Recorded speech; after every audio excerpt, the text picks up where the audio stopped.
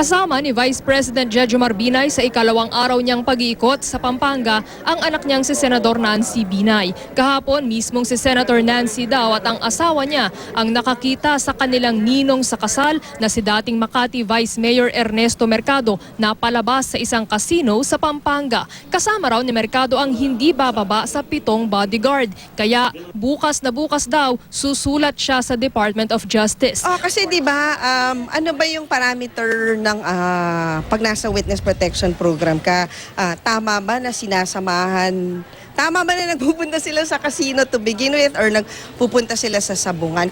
Isinailalim si Mercado sa Witness Protection Program bilang testigo sa umano'y mga maanumalyang kontrata ng mga Binay sa Makati City. Alegasyon ni Mercado, pinagkakitaan ng mga Binay ang ilang mga overpriced na gusali sa Makati. Patuloy na kinukunan ng GMA News ng pahayag ang WPP pero wala pa silang pahayag. Ngayong araw, may karagdagang mga tanong ang senadora. Yung anak niya is a Liberal Party candidate. So, kumbaga, if you follow the dots, parang yung sobra yung connection nila sa isa't isa.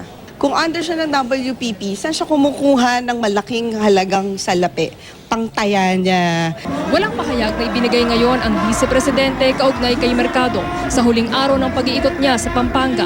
Kasama niya rin ang katandem na si Senador Gringo Honasan at ilang senatoriable. Pero sinagot niya ang sinabi ng Ombudsman na pinipigilan niya ang pagpapalabas ng Commission on Audit sa resulta ng special audit nito sa umano'y overpriced na Makati City Hall Building 2. Nakiusap daw kayo doon sa naidili muna?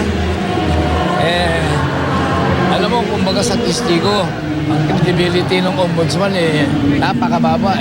Sanay na sanay talagang hindi magsabi ng totoo. Mula rito sa Pampanga, Trisha Zafra, Nakatutok, 24 Oras.